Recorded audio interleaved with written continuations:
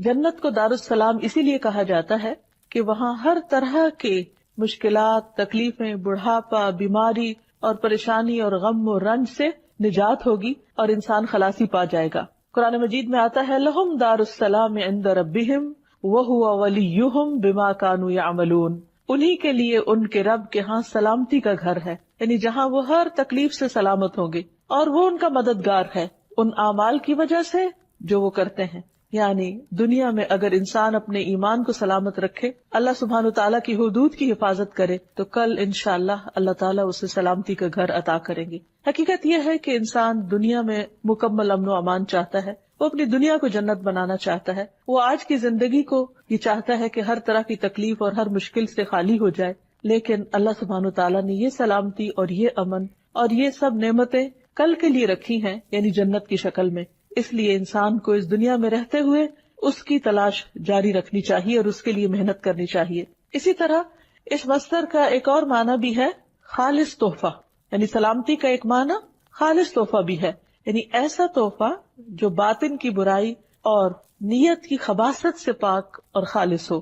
قرآن مجید میں آتا ہے فَإِذَا دَخَلْتُمْ بُيُوتًا فَسَلِّمُوا عَلَىٰ أَنفُسِكُمْ تَحِيَّةً مِّنْ عِندِ اللَّهِ مُبَارَكَةً طَيِّبَةً، جب تم گھروں میں داخل ہوا کرو تو اپنے گھر والوں کو سلام کہا کرو۔ یہ سلام کیا ہے؟ یہ اللہ سبحانہ وتعالیٰ کی طرف سے مبارک اور پاکیزہ تحفہ ہے۔ تو اللہ سبحانہ وتعالیٰ نے ہمیں جو سلام کا حکم دیا ہے وہ سلامتی کی دعا بھی ہے اور ایک تحفہ بھی ہے۔ ثابت بن عبید کہتے ہیں کہ میں ایک مجلس میں آیا جس میں عبداللہ بن عمر وغیرہ تھے، تو انہوں نے کہا جب تم سلام کرو تو سناؤ، یعنی اونچی آواز میں کرو، کیونکہ وہ اللہ تعالیٰ کی طرف سے طیب اور مبارک دعا ہے۔ یعنی جب ایک انسان دوسرے کو سلام کرتا ہے تو ایک طرح سے برکت کی دعا دیتا ہے اور سلامتی کی دعا دیتا ہے، اور اس چیز کو مسلمانوں کے درمیان رائج کر کے دراصل اللہ سبحانہ تعالیٰ نے انہیں ایک بہت خوبصورت تحفہ دیا ہے کہ جو وہ ہر وقت ایک دوسرے کو دے سکتے ہیں۔ جیسا کہ ہم جانتے ہیں کہ تحفے کا تبادلہ باہم محبت بڑھاتا ہے، لیکن یہ ممکن نہیں کہ انسان ہر وقت ایک دوسرے کو مادی شکل میں تحفے دے سکے۔ اللہ سبحانہ تعالیٰ نے ہم سب پر کس قدر مہربانی کی ہے اور ہمیں ایک ایسا کلمہ سکھا دیا، یعنی سلام کا، کہ جو خود ایک تحفہ ہے، اور اس کو خود اس نے تحفہ اور برکت والی چیز کہا ہے کہ اگر ہم ایک دوسرے کے ساتھ اس کو ایکسچینج کرتے رہیں تو اس میں ہمارا کچھ بھی خرچ نہیں آتا، لیکن اگر ہم خوشی کے ساتھ دوسروں کو سلام کریں اور جواب میں سلامتی کی دعا پائیں تو اس سے یقیناً ایسے لوگوں کے اندر رحمتیں اور برکتیں نازل ہوں گی، ان کے اندر سے دشمنیاں اور حسد اور شیطان کی ڈالی ہوئی نجاست ختم ہوگی۔ اللہ سبحانہ وتعالیٰ کی طرف سے یہ پاکیزہ اور خوبصورت تحفہ آدم علیہ السلام کو ملا تھا، جو ان کی سب اولاد کے لیے تھا۔ اب کچھ نے اسے اختیار کر لیا اور کچھ نے نہیں۔ حدیث میں آتا ہے رسول اللہ صلی اللہ علیہ وسلم نے فرمایا، اللہ سبحانہ وتعالیٰ نے جب آدم علیہ السلام کو پیدا کیا تو ان سے فرمایا کہ جاؤ اور فرشتوں کو سلام کرو، اور جو کچھ وہ تمہیں کہیں اسے غور سے سنو، وہ تمہارا اور تمہاری اولاد کا سلام ہوگا۔ آدم علیہ السلام فرشتوں کے پاس گئے اور انہوں نے کہا السلام علیکم۔ فرشتوں نے جواب میں کہا السلام علیک ورحمۃ اللہ، انہوں نے لفظ رحمت اللہ کا اضافہ کر لیا۔ تو بہرحال جب کوئی سلام کرے تو قرآن مجید میں حکم ہے اذا حییتم بتحیۃ فحیوا باحسن منها او ردوها، کہ جب کوئی تمہیں سلامتی کا تحفہ دے تو تم اس کو واپس لوٹاؤ، یعنی اگر کوئی تمہیں سلامتی کی دعا دے تو جواباً دعا دو اسی طرح یا اس سے بہتر، بأحسن منها، اور اگر احسن نہیں یعنی ورحمت اللہ نہیں کہہ سکتے تو فردوها، اتنا تو کہو جتنا دوسرے نے تمہیں کیا۔ اس لیے جو قوم، جو گھرانہ، جو افراد باہم سلام کو رواج دیتے ہیں، عام کرتے ہیں، ان کے درمیان باہم محبت ہوتی ہے، اللہ سبحانہ وتعالیٰ کی طرف سے سلامتی اترتی ہے۔ اللہ سبحانہ وتعالیٰ کا یہ نام حدیث میں بھی آیا ہے جس میں نبی صلی اللہ علیہ وسلم نے واضح طور پر بتایا کہ یہ اللہ تعالیٰ کا نام ہے۔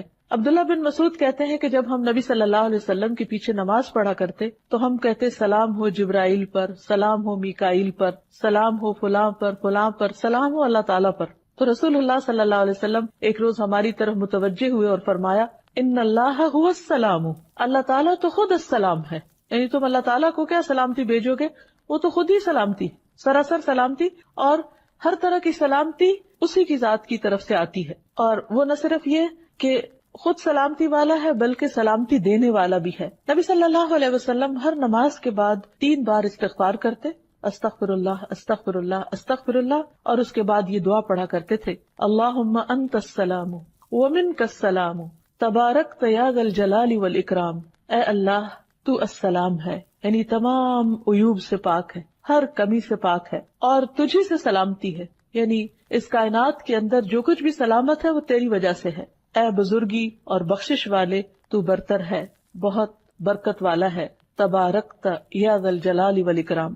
اللہ سبحانہ وتعالی نے اپنے انبیاء اور نیک بندوں کو دنیا میں سلام کیا ہے۔ قرآن مجید میں آتا ہے سلام علی نوح، سلامتی ہو نوح پر علیہ السلام، پھر اسی طرح سلام علی ابراہیم، ابراہیم پر سلامتی ہو، سلام علی موسیٰ، موسیٰ علیہ السلام پر سلامتی ہو، سلام علی الیاسین، الیاسین پر سلامتی ہو، اور سلام علی المرسلین، سارے رسولوں پر سلامتی ہو۔ قرآن مجید کی ایک اور آیت میں آتا ہے قل الحمد للہ وسلام علی عبادہ الذین اصطفیٰ اللہ خیر اما یشرکون۔ اللہ تعالیٰ نے نبی صلی اللہ علیہ وسلم سے کہا کہہ دیجئے سب تعریف اللہ کے لیے ہے اور سلام ہے اس کے ان بندوں پر جنہیں اس نے چن لیا، کیا اللہ بہتر ہے یا وہ جنہیں یہ شریک ٹھہراتے ہیں؟ اللہ سبحانہ وتعالی جو السلام ہے اسی سے سلامتی اور عافیت کی امید اور توقع کی جا سکتی ہے۔ وہی اپنے بندوں کو ہر طرح کے ہول، ہر طرح کے خوف اور ہر طرح کی پریشانی میں سلامتی عطا کرتا ہے، جیسی سلامتی اس نے یحییٰ علیہ السلام کو عطا کی، جس کا خاص طور پر اللہ تعالیٰ نے قرآن مجید میں ذکر کیا۔ کسی بھی انسان کی زندگی میں بہت سے مواقع پریشانی کے ہو سکتے ہیں، لیکن 3 مواقع خاص طور پر پریشانی کے ہیں، جن میں سے ایک وہ دن جب انسان دنیا میں آتا ہے، دوسرا وہ دن جب وہ دنیا سے جاتا ہے، اور تیسرے وہ دن جب وہ قبر سے اٹھایا جائے گا۔ دنیا میں آنے کا دن پریشانی کا دن اس لیے کہ انسان ایک بالکل تنگ و تاریک کوٹھڑی سے ایک وسیع اور اس دنیا میں آ جاتا ہے جو اس کے لیے بالکل اجنبی ہے، تو وہ آتے ہی گھبراہٹ کا شکار ہوتا ہے۔ دوسرے وہ دن جو موت کا دن ہوتا ہے، جب انسان اس دنیا سے رخصت ہو رہا ہوتا ہے، جدا ہو رہا ہوتا ہے، جب اس کی نگاہیں پھر جاتی ہیں، جب وہ اس دنیا سے اجنبی ہو جاتا ہے اور ایک نئی مخلوق سے ملاقات کرتا ہے، یا تو رحمت کے فرشتے یا عذاب کے فرشتے۔ جو نیک روح ہوتی ہے اس کے پاس جو فرشتے آتے ہیں وہ آ کر اس کو سلام کرتے ہیں، سلام علیکم طبتم، سلامتی ہو تم پر، تم بہت اچھے رہے۔ اللہ سبحانہ وتعالیٰ کی طرف سے بھی سلامتی لاتے۔ اور تیسرے وہ دن جس دن انسان اپنی قبر سے اٹھایا جائے گا اور وہ حشر کا دن ہوگا، وہ بھی سخت مصیبت کا بہت طویل دن، بہت گھبراہٹ کا دن ہوگا، لیکن اللہ سبحانہ وتعالیٰ کو السلام ماننے والے اس دن بھی سلامتی اور امن میں رہیں گے، اور اللہ سبحانہ وتعالیٰ ان کو اپنی خاص سلامتی سے نوازے گا اور ان سے ہر طرح کا خوف اور غم اور گھبراہٹ اور پریشانی دور کر دے گا۔ تو اللہ سبحانہ وتعالیٰ نے جیسے یحییٰ علیہ السلام کے لیے ان مواقع کی سلامتی کا ذکر کیا، ہم دعا کرتے ہیں کہ اللہ تعالیٰ ہم سب کو بھی اپنی خاص حفاظت اور عافیت میں رکھے اور سلامتی سے نوازے۔ پھر اسی طرح ہم دیکھتے ہیں کہ اللہ سبحانہ وتعالیٰ اپنے بندوں کو جنت میں بھی سلام بھیجے گا۔ ارشاد فرمایا سلام قولا من رب الرحیم، سلام ہو اس رب کی طرف سے جو بہت مہربان رب ہے، جو بہت رحم فرمانے والا ہے۔ یہاں پر اللہ سبحانہ وتعالیٰ کی صفت الرحیم کا بھی ذکر کیا گیا، کیونکہ جنت میں صرف کوئی بھی اللہ کی رحمت ہی کی وجہ سے جا سکتا ہے، اور خود جنت کے ناموں میں سے ایک نام رحمت بھی ہے کہ انتی رحمتی، تو میری رحمت ہے، تمہارے ذریعے میں جس پہ چاہوں گا رحم فرماؤں گا۔ تو جو لوگ جنت میں جا چکیں گے تو اللہ تعالیٰ ان کو سلام بھیجیں گے، اولئک یجزون الغرفۃ بما صبروا ویلقون فیہا تحیۃ وسلاما، ان کو جنت کا سب سے اونچا بالا خانہ انعام میں ملے گا، یعنی جو صبر کرنے والے ہیں، اس لیے کہ انہوں نے صبر کیا، اور اس میں ان کا استقبال زندگی کی دعا اور سلام کے ساتھ کیا جائے گا۔ اسی طرح نیک لوگ جب جنت میں پہنچ جائیں گے تو ان کے چاروں طرف سے فرشتے حاضر ہو کر ان کو سلام کریں گے اور انہیں اس بات کی مبارک دیں گے کہ وہ کامیابی کی منزل کو پہنچ گئے۔ جنت کو بھی اللہ سبحانہ وتعالیٰ دار السلام کے نام سے پکارتے ہیں۔ قرآن مجید میں آتا ہے لہم دار السلام عند ربہم وہو ولیہم بما کانوا یعملون، انہی کے لیے ان کے رب کے ہاں سلامتی کا گھر ہے اور وہ ان کا مددگار ہے ان اعمال کی وجہ سے جو وہ کرتے تھے۔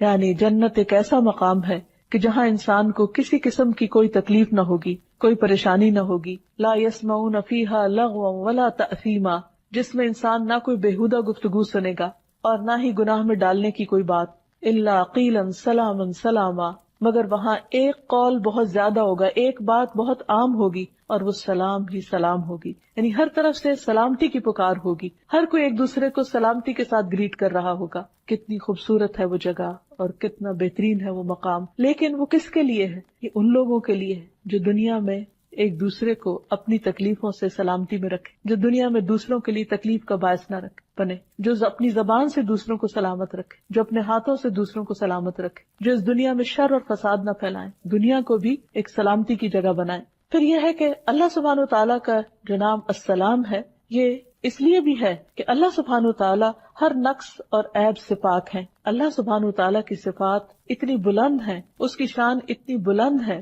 کہ اس کے اندر کسی قسم کا بھی کوئی عیب نہیں پایا جاتا، اور اسی لیے وہ سلامتی کو پسند کرتا ہے. اس نے ہمارے لیے جو دین پسند کیا اس کا نام بھی اسلام رکھا، جو پھر اسی روٹ یعنی سین لام میم سے ہی ہے کہ جو شخص اسلام قبول کر لیتا ہے وہ سلامتی میں آ جاتا ہے، اللہ تعالیٰ کی رحمت میں آ جاتا ہے. قرآن مجید میں اللہ سبحانہ وتعالیٰ فرماتے ہیں وَرَضِيتُ لَكُمُ الْإِسْلَامَ دِينًا، میں نے تمہارے لیے دین نے اسلام کو پسند کیا، یعنی اسلام کو بطور دین تمہارے لیے پسند کیا. پھر اللہ تعالیٰ جو انسانوں کو ہدایت کی طرف بلاتا ہے تو اس کے لیے بھی فرماتا ہے وَاللَّهُ يَدْعُو إِلَى دَارِ السَّلَامِ، اللہ تمہیں سلامتی کے گھر کی طرف دعوت دیتا ہے. یعنی اگر تم اللہ کی مرضی کے مطابق زندگی بسر کرو، اس کی اطاعت کرو، اس کی فرما برداری کرو تو تم سلامتی کو پہنچو گے. پھر اسی طرح ایک اور جگہ پر فرمایا قَدْ جَاءَكُم مِّنَ اللَّهِ نُورٌ وَكِتَابٌ مُّبِينٌ يَهْدِي بِهِ اللَّهُ مَنِ اتَّبَعَ رِضْوَانَهُ سُبُلَ السَّلَامِ وَيُخْرِجُهُم مِّنَ الظُّلُمَاتِ إِلَى النُّورِ بِإِذْنِهِ وَيَهْدِيهِمْ إِلَى صِرَاطٍ مُّسْتَقِيمٍ. لوگو، اب تمہارے پاس اللہ کی طرف سے روشنی اور ایک ایسی واضح کتاب آ چکی ہے جس کے ذریعے اللہ تعالیٰ ان لوگوں کو سلامتی کی راہیں دکھاتا ہے جو اس کی رضا کے پیچھے چلتے ہیں، اور انہیں اپنے اذن سے اندھیروں سے نکال کر روشنی کی طرف لے جاتا ہے اور سیدھی راہ کی طرف ان کی رہنمائی کرتا ہے. عام طور پر ہمارا یہ خیال ہوتا ہے کہ شاید اگر ہم دین کی طرف آئیں گے یا ہم اللہ سبحانہ وتعالیٰ کی بات مانیں گے شاید دنیا ہمارے لیے مشکل ہو جائے گی. لیکن حقیقت یہ ہے کہ اللہ سبحانہ وتعالیٰ نے جتنے بھی احکامات ہمیں دیے ہیں، بعض اوقات وہ ہمیں اپنی مرضی کے خلاف یا پسند کے خلاف لگتے ہیں، یا ہماری خواہش نفس اس کے اگینسٹ جاتی ہے، اور ہم یہ سمجھتے ہیں کہ شاید یہ ہمارے اوپر زیادتی کی گئی ہے ہمیں کوئی خاص حکم دے کر. لیکن اگر تھوڑا سا گہرائی میں انسان دیکھے تو اللہ تعالیٰ کے حکم ماننے میں انسان کے لیے سلامتی ہی سلامتی ہے، دو طرح سے. ایک تو یہ کہ دنیا میں انسان کے اوپر دین جو بھی پابندیاں لگاتا ہے وہ جس پر پابندی لگ رہی ہوتی ہے اس کے لیے تو تھوڑی مشکل کا باعث ہوتی ہے، لیکن اس سے دوسرے لوگ امن چین میں آتے ہیں. مثلا اللہ تعالیٰ نے اگر چوری سے منع کیا تو کیوں منع کیا؟ تاکہ دوسروں کا مال سلامت رہے. اب جو چور ہے ہو سکتا ہے وہ یہ سمجھے کہ اس کی کوئی چیز ضرورت ہے اور اس کو کسی اور کے مال میں مل رہی ہے تو اسے اجازت دی جائے اور اس کو نہ پوچھا جائے اور نہ پکڑا جائے، اس کو برا بلا نہ کہا جائے. لیکن کیا واقعی عقل بھی اس کو مانتی ہے کہ کسی کو اس بات کی اجازت دے دی جائے کہ وہ دوسرے کے مال میں اپنی مرضی شروع کر دے؟ اللہ تعالیٰ نے اس کی اجازت نہیں دی اور اسے کبیرہ گناہوں میں شمار کیا. کیوں؟ تاکہ دوسروں کا مال سلامت رہے. اسی طرح جھوٹ بولنا، دھوکہ دینا، وعدہ خلافی کرنا، غیبت کرنا، دوسروں کو تانے دینا، یہ ہو سکتا ہے کہ کسی کے لیے بہت ایک خوشگوار فعل ہو، اور کچھ لوگوں کی ہیبٹ بن جاتی ہے کہ وہ دوسروں کی برائیاں کر کے اس سے لطف اٹھاتے ہیں، یا دوسروں کی عزت اچھال کر اس کو اپنے لیے ایک بہت انجوائبل چیز سمجھتے ہیں اور اس میں کوئی قباحت محسوس نہیں کرتے، یا بعض اوقات دوسروں کو تانا دے کر دوسروں کا دل دکھا کر وہ بہت لطف اٹھاتے ہیں. اور بظاہر دیکھنے میں کوئی کہہ سکتا ہے کہ اچھا چلو کوئی بات نہیں، ایسی بھی کون سی بڑی بات ہے اگر کسی نے کسی کو کچھ کہہ دیا، اس سے کسی کا کیا بگڑ جاتا ہے. لیکن بعض اوقات بظاہر دیکھنے میں جو کچھ جوکس بھی ایسے ہوتے ہیں کہ جو بظاہر دیکھنے میں بہت ہارمفل نظر نہیں بھی آتے، لیکن حقیقت یہ ہے کہ بہت ساری چیزیں اگر ان پر روک ٹوک نہ لگائی جائے، ان کو ایک حد کے اندر نہ کیا جائے تو وہ تعلقات کی خرابی کا باعث بنتے ہیں. اسی لیے قرآن مجید میں فرمایا گیا وَيْلٌ لِكُلِّ هُمَزَةٍ لُمَزَةٍ، ہلاکت ہے ہر اس شخص کے لیے جو عیب لگائے اور تانے دے. کوئی بھی شخص کسی کی عزت جب اچھالتا ہے تو یہ کوئی معمولی چیز نہیں ہے. اللہ سبحانہ وتعالیٰ کی نظر میں ایسا شخص سلامتی کی حدود سے باہر نکل رہا ہے، کیونکہ اس سے دوسرے کی عزت سلامت نہیں ہے. اسی طرح اگر کوئی قاتل یہ چاہے کہ اسے دوسروں کی جان کے ساتھ کھیلنے دیا جائے اور اس کی اس پر پکڑ نہ ہو تو یہ کسی بھی طور پر جائز نہیں، کیونکہ اگر اس کو اجازت دی جاتی ہے تو دوسرے کی جان سلامت نہیں. تو اللہ تعالیٰ نے جو شریعت ہمارے پاس بھیجی ہے اس کے کچھ مقاصد ہیں. کہ انسان کا دین سلامت رہے، یعنی جو بھی حدود اور پابندیاں لگائی گئی اس میں کہیں دین کی سلامتی ہے، کہیں عزت کی سلامتی ہے، کہیں حسب نسب کی سلامتی ہے. مثلا زنا کی اجازت کیوں نہیں دی گئی؟ تاکہ لوگوں کا حسب نسب سلامت رہے. اسی طرح شراب کی اجازت کیوں نہیں دی گئی؟ تاکہ انسان کی عقل سلامت رہے. تو یہ تمام چیزیں جو بظاہر دیکھ کر یوں محسوس ہوتا ہے کہ ہمارے دین میں بہت مشکل احکامات ہیں، لیکن حقیقت میں یہ انسانوں کی بھلائی اور انسانوں کی سلامتی کے لیے ہی السلام نے بھیجے ہیں. تو اب یہ ہے کہ ہمیں اللہ سبحانہ وتعالیٰ کے اس نام پر غور و فکر کرنا چاہیے، اور اللہ سبحانہ وتعالیٰ کی ذات سے سلامتی اور عافیت کی امید رکھنی چاہیے، اور اس کی دعا بھی کرنی چاہیے. اور اللہ سبحانہ وتعالیٰ کے ساتھ جو ہمارا تعلق ہے اس کے اندر محبت بھی اسی وقت پیدا ہو سکتی ہے جب ہم اس کی طرف سے ہمیں کوئی نقصان نہیں پہنچنے والا، وہ ہمیں ناروا عذاب دینے والا نہیں، وہ ہمیشہ عدل و انصاف کرنے والا ہے، اس کا ہر فیصلہ علم اور حکمت پر مبنی ہوتا ہے. اور جب وہ سراسر خود سلامتی ہے اور پرفیکٹ ہے اور ہر نقص اور عیب سے پاک ہے، تو اسے اپنے بندوں کے اندر بھی ایسی صفات دیکھنی ہے کہ جو انہیں عیوب سے پاک کریں. ہمارا دین جہاں ہماری دنیا کی سلامتی کا ذریعہ ہے، اور اس میں پائے جانے والے احکامات جو بظاہر نفس پر بھاری اور مشکل ہی کیوں نہ ہو، وہ ہمارے لیے دراصل سلامتی کا پیغام ہے، لیکن اس کے ساتھ ساتھ یہ دین ہماری آخرت کی سلامتی کا ذریعہ بھی ہے. جب ایک انسان دنیا میں اللہ تعالیٰ کے احکامات کی پابندی کرتا ہے تو وہ موت کے وقت قبر میں اور قبر سے اٹھنے کے بعد امن اور چین میں رہے گا، سلامتی میں رہے گا. اور اس دن جب ہر طرف ایک بہت بڑی آفت چھائی ہوئی ہوگی، انبیاء علیہ السلام سلامتی کی دعائیں کر رہے ہوں گے.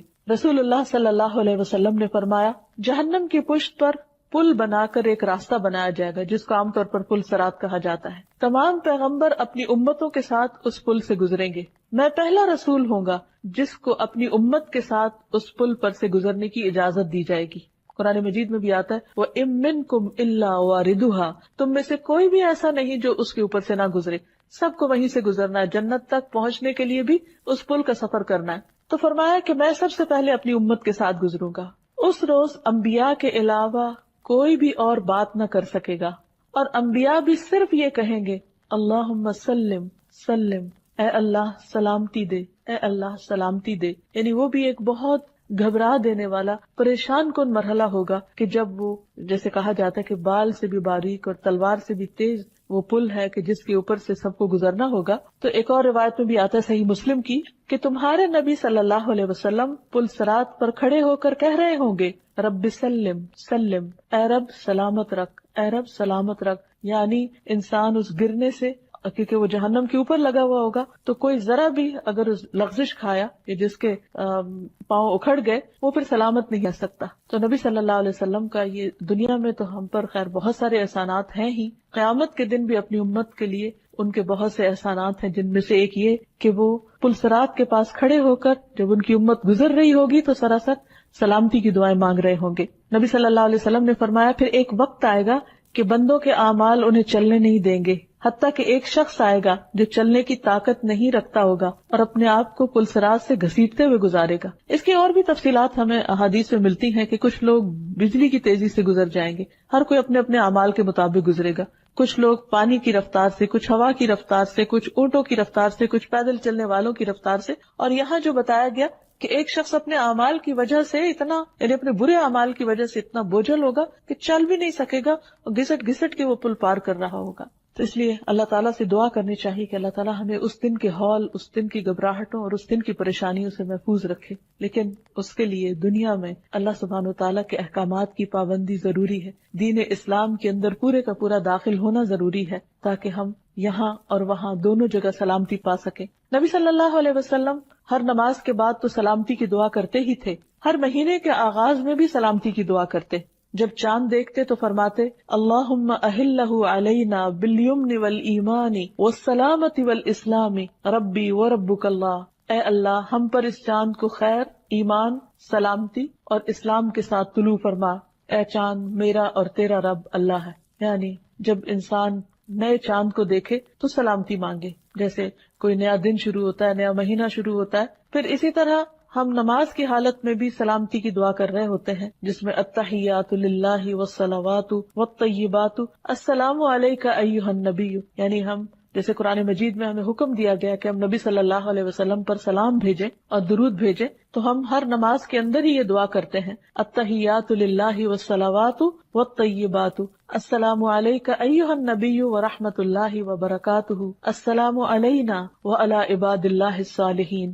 کہ تمام قولی، فعلی اور بدنی عبادتیں اللہ کے لیے ہیں۔ اے نبی صلی اللہ علیہ وسلم، آپ پر اللہ کی سلامتی ہو اور اللہ کی رحمت ہو، حالانکہ آپ سب سے زیادہ نیک تھے، لیکن ہمارا فرض بنتا ہے کہ اللہ کے حکم کے مطابق سلامتی کی دعا خاص طور پر پڑھیں، اور التحیات پڑھے بغیر نماز بھی نہیں ہوتی، تو شعوری طور پر بھی پڑھا کریں۔ اور پھر اللہ کی رحمت ہو اور اس کی برکت ہو ہم پر اور اللہ کے نیک بندوں پر سلامتی نازل ہو، یعنی جتنے بھی اللہ کے نیک بندے گزرے ہیں پچھلے دور میں یا اب ہیں یا آنے والے ہیں، ہر ایک کے لیے سلامتی کی دعا ہے۔ عام طور پر جیسے ہم اپنے سوشل لائف میں ایک دوسرے کو سلام کرتے ہیں تو وہ انہی کو کرتے ہیں جو ہمارے سامنے ہوتے ہیں، لیکن اس دعا کے اندر وہ سب شامل ہیں جو پیچھے گزر چکے یا جو آج موجود ہیں اور ہم ان کو جانتے بھی نہیں، کہ اللہ جتنے بھی تیرے نیک بندے ہیں تو ان سب کو سلامت رکھ۔ حتیٰ کہ جب ایک مسلمان فوت ہو جاتا ہے اور وہ دفن کر دیا جاتا ہے تو دوسرے مسلمان پہ لازم ہے کہ اگر وہ قبرستان کے پاس سے گزرے تو بھی ان کے لیے سلامتی کی دعا کرے، السلام علیکم اہل الدیار من المؤمنین والمسلمین وإنا ان شاء اللہ للاحقون اسأل اللہ لنا ولکم العافیہ۔ تم پر سلامتی ہو اے مومنوں اور مسلمانوں کے گھر والوں، اور ہم تم سے انشاءاللہ ملنے والے ہیں، ہم اللہ سے اپنے اور تمہارے لیے عافیت مانگتے ہیں، سلامتی مانگتے ہیں۔ تو گویا اس نام کا تقاضا یہ ہے کہ ہم اپنی پوری زندگی اس کے مطابق گزاریں، اپنی ذات سے دوسروں کو تکلیف نہ دیں، دوسروں کو سلامتی دیں اور سلامتی کے پیغام کو عام کریں۔ اللہ سبحانہ وتعالیٰ کے اس نام پر ایمان لانے کا اثر یہ ہے کہ ایک مسلمان اپنی ذات سے کسی کو تکلیف نہیں دیتا اور اپنے ہاتھ اور زبان کو روک لیتا ہے اپنے گھر والوں کو تکلیف دینے سے، اپنے پڑوسیوں کو، اپنے رشتہ داروں کو اور تمام انسانوں کو۔ اور یہی ایک مسلمان کی پہچان ہے کہ المسلم من سلم المسلمون من لسانہ ویدہ۔ مسلمان کون ہے؟ مسلمان وہ ہے کہ جس کی زبان اور جس کے ہاتھ سے دوسرے مسلمان محفوظ رہیں، ان کی عزتیں محفوظ رہیں، ان کے دلوں کو تکلیف نہ پہنچے، یعنی انسان ایسی کوئی بات نہ کرے کہ جس سے دوسرے ہرٹ ہوں۔ پھر اسی میں یہ بات آ جاتی ہے کہ انسان صرف زبانی کلامی باتیں ہی نہ کرے بلکہ اس کے ایکشنز ایسے ہوں کہ جس سے دوسرے لوگ محفوظ ہوں۔ مثلاً کسی کو امان دی ہے تو اسے دھوکہ نہ دے۔ رسول اللہ صلی اللہ علیہ وسلم نے فرمایا، جو شخص کسی کو پہلے اس کی جان کی امان دے پھر اسے قتل کر دے تو قیامت کے دن اسے دھوکے کا جھنڈا دیا جائے گا، یعنی سب دنیا کے سامنے اس کو رسوا کیا جائے گا کہ یہ شخص دوسروں کو دھوکہ دینے والا تھا۔ نبی صلی اللہ علیہ وسلم نے یہ بھی فرمایا، اللہ کی قسم وہ ایمان والا نہیں، اللہ کی قسم وہ ایمان والا نہیں، اللہ کی قسم وہ ایمان والا نہیں۔ عرض کیا گیا، یا رسول اللہ صلی اللہ علیہ وسلم کون ایمان والا نہیں؟ فرمایا، وہ شخص جس کے شر سے اس کے پڑوسی محفوظ نہ ہو، اس کے کولیگز، اس کے ساتھی، اس کے آس پاس والے اس کے شر سے نہ بچے ہوئے ہوں۔ تو آپ سوچئے کہ اگر کوئی شخص کسی کے لیے سلامتی کا ماحول نہیں پیدا کرتا تو وہ خود کیسے سلامت ہو سکتا ہے؟ اللہ کے رسول صلی اللہ علیہ وسلم اس سے کیسے خوش ہو سکتے ہیں؟ وہ ان کی شفاعت کی کیسے امید رکھ سکتا ہے؟ لہذا بہت ضروری ہے کہ ہم اپنے آپ کو اس قابل بنائیں، اس چیز کے اہل بنائیں ان اعمال کے ذریعے جو سلامتی کو دعوت دیتے ہیں۔ اللہ سبحانہ وتعالیٰ کا یہ نام اور صفت ہم سے تقاضا کرتی ہے کہ ہم سلامتی کو عام کریں اور باہم ایک دوسرے کو کثرت سے سلام کریں۔ رسول اللہ صلی اللہ علیہ وسلم نے فرمایا، سلام اللہ کے ناموں میں سے ایک نام ہے جسے اس نے زمین میں رکھا ہے، تم سلام کو آپس میں پھیلاؤ۔ یعنی جس وقت بھی ایک شخص دوسرے کو السلام کہتا ہے تو گویا وہ اللہ کا نام لے رہا ہوتا ہے، وہ ایک عبادت کی حالت میں ہوتا ہے۔ اللہ سبحانہ وتعالیٰ نے ایک خوبصورت لفظ، ایک خوبصورت تحفہ بھیجا ہے کہ جس کو ہم ایک دوسرے کو دیتے رہیں تو ہمارے لیے بھی سلامتی ہوگی اور دوسرے بھی محفوظ رہیں گے، کیونکہ یہ نہیں ہو سکتا کہ آپ کسی کو کہیں کہ تم پر سلام ہو اور پھر اس کے بعد اس کو کسی قسم کی تکلیف دیں یا اس کے ساتھ زیادتی کریں۔ یہ گویا سلام ایک ڈھال ہے کہ جو انسان کو دوسرے انسان تک تکلیف پہنچانے میں ایک روک کا کام دیتا ہے۔ پھر اسی طرح آپ صلی اللہ علیہ وسلم نے فرمایا، افشوا السلام تسلموا، تم سلام پھیلاؤ سلامت رہو گے۔ یعنی اگر کوئی شخص یہ چاہتا ہے کہ وہ خود بھی سلامت رہے اور دوسرے بھی سلامت رہے تو انہیں سلام کلچر کو عام کرنا چاہیے۔ ابو الدرداء سے مروی ہے، رسول اللہ صلی اللہ علیہ وسلم نے فرمایا، افشوا السلام کی تعلوا، سلام پھیلاؤ تاکہ تم بلند ہو جاؤ۔ اس سے پتہ چلتا ہے کہ سلام کرنا بلندی کا ذریعہ بھی ہے۔ اور پھر ایک مسلمان کے دوسرے مسلمان پر جو 6 حقوق ہیں ان میں سے سب سے پہلے نمبر پر سلام ہی ہے۔ پھر مسلمان کی گفتگو کا آغاز بھی سلام سے ہونا چاہیے. حدیث میں آتا ہے السلام قبل الکلام، کلام سے پہلے سلام کیا جائے. اور پھر صرف ملاقات کے وقت ہی سلام نہ کیا جائے، جدا ہوتے وقت بھی سلام کیا جائے. نبی صلی اللہ علیہ وسلم نے فرمایا جب تم میں سے کوئی شخص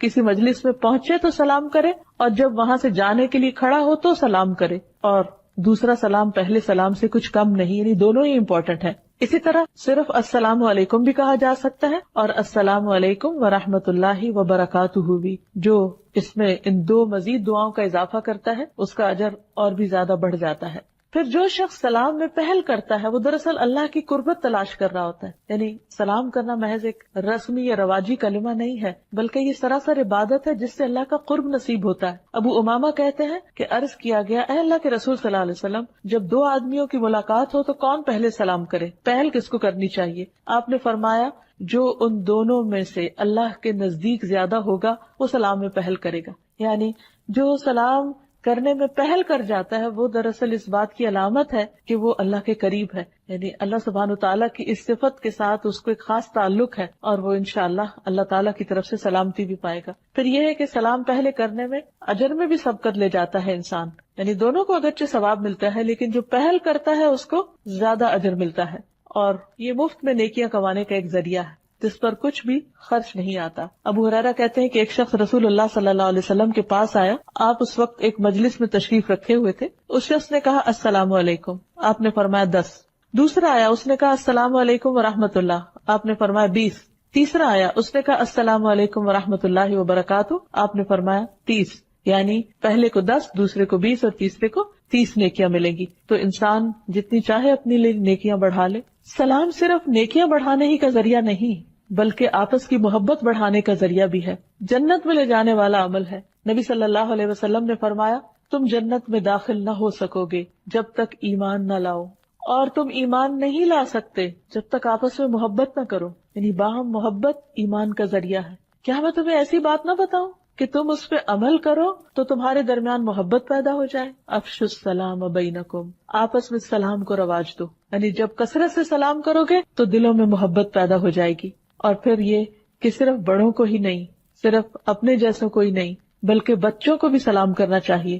انس کہتے ہیں کہ نبی صلی اللہ علیہ وسلم بچوں کے پاس سے گزرے تو آپ نے ان کو سلام کیا. پھر اسی طرح بعض اوقات انسان کہیں باہر جاتا ہے تو سلام کرتا ہے لیکن گھر والوں کو سلام نہیں کرتا، تو گھر والوں کو بھی سلام کرنا چاہیے. ابو امامہ کہتے ہیں آپ صلی اللہ علیہ وسلم نے فرمایا 3 لوگ ایسے ہیں جن کا ضامن اللہ ہے، اگر وہ زندہ رہے تو اللہ ان کے لیے کافی ہو جائے گا، اگر فوت ہو جائے تو وہ جنت میں داخل ہوگا. ایک وہ شخص جو اپنے گھر میں سلام کر کے داخل ہو، یعنی اپنے ہی گھر والے ہیں، اپنے ہی پیارے ہیں لیکن ان کو بھی دعا دیتا ہے. کیونکہ بعض اوقات ہم سمجھتے ہیں کہ شاید یہ کرٹیسی کے طور پر یا دوسرے لوگوں کے ساتھ ایک اچھا ریلیشن بنانے کے لیے، بے تکلفی لانے کے لیے یہ کلمہ دہرایا جائے. نہیں، جو شخص گھر والوں کو سلام کرتا ہے وہ جنت کا مستحق قرار پاتا ہے. پھر اسی طرح وہ شخص جو مسجد کی طرف چلا، اللہ اس کا ضامن. اور تیسرا وہ جو اللہ کے راستے میں نکلا، اللہ تعالیٰ اس کا بھی ضامن ہے، اس کا بھی مددگار ہے. یہاں تک کہا گیا ہے کہ اگر گھر خالی ہو تو بھی سلام کرو.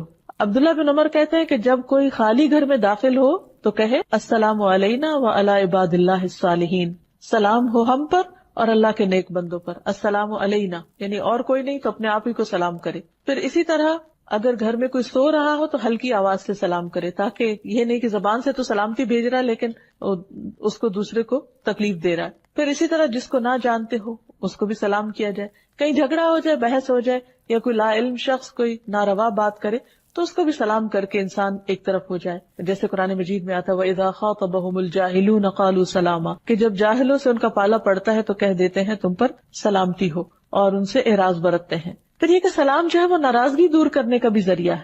اور جب کبھی باہم رنجش ہو جائے یا کوئی تعلقات میں کمی بیشی ہو جائے تو اس وقت بھی اس تعلق کو دوبارہ ریوائیو کرنے کے لیے سلام ایک بہت ہی خوبصورت طرز عمل ہے. پھر یہ کہ صحابہ کرام جو تھے وہ باہم ایک دوسرے کو کثرت سے سلام کرتے. یہاں تک آتا ہے کہ اگر کوئی کسی درخت کے اوٹ کے پیچھے ہوتا پھر سامنے آتا تو پھر سلام کیا کرتے. آپ صلی اللہ علیہ وسلم نے یہاں تک بھی فرمایا کہ جو سلام نہ کرے اسے اندر آنے کی اجازت نہ دو. اور اس معاملے میں صرف یہ نہیں کہ کرنے کی فضیلت بتائی گئی، جو نہ کرے اس کو ناپسند بھی کیا گیا. اور آپ نے فرمایا کہ سب سے بڑا بخیل وہ ہے جو سلام کرنے میں بخل کرے، یعنی جو کھل کے سلام نہیں کرتا یا شوق سے سلام نہیں کرتا یا سلام کرنے کو اپنی عادت نہیں بناتا.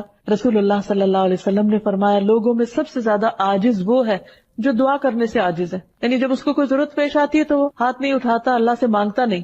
اور لوگوں میں سب سے بڑا بخیل وہ ہے جو سلام میں بخل کرتا ہے، یعنی کہ اس کے منہ سے سلامتی کی دعا نہیں نکلتی. تو اللہ تعالیٰ سے دعا ہے کہ وہ ہمیں بہترین اخلاق عطا فرمائے، اپنے اس نام کی برکت سے وہ ہم سب کے اندر بہترین اخلاق پیدا کرے اور ہمیں سلام کی عادت عطا کر دے.